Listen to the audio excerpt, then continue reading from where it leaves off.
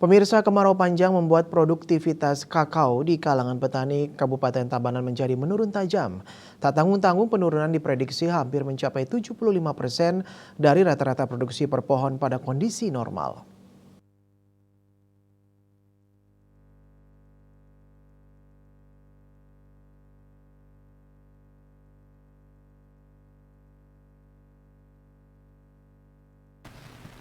Ketua Koperasi Produsen Banik Amarta Buana di Desa Megati, Kecamatan Selamadak Timur, Nyoman Suparman mengungkapkan, kemarau telah membuat sejumlah tanaman kakao di petani menjadi layu. Selain itu, beberapa tanaman akibat mengalami kekeringan membuat bunga yang menjadi cikal bakal buah kakao menjadi rontok.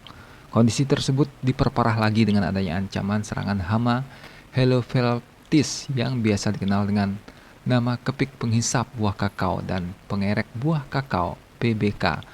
Yang kedua, intensitas serangan hama tersebut meningkat tajam pada musim kemarau ini. Akibatnya, membuat rata-rata produksi kakao di kalangan petani Tabanan menurun tajam pada tahun ini. Prediksinya per pohon kakao rata-rata mengalami penurunan produksi hingga 75% dari biasanya. Tidak itu saja, dampak kemarau ini juga membuat biji yang dihasilkan jadi kecil-kecil.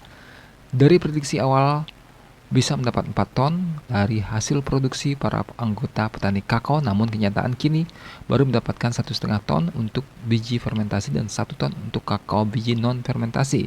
Jumlah tersebut sangat jauh menurun dari prediksi bahkan rata-rata produksi tahun-tahun sebelumnya. Terbaru untuk kakao dengan kualitas non-fermentasi sudah naik dengan berada di posisi 53.000 per kilogram atau naik dari posisi 37.000 per kilogram. Begitu juga dengan kakao kualitas fermentasi mengalami kenaikan 55.000 per kilo menjadi 60.000 per kilogram. Lonjakan harga kakao di tingkat petani sudah terjadi bertahap sejak Agustus 2023 lalu seiring dengan dampak kemarau panjang.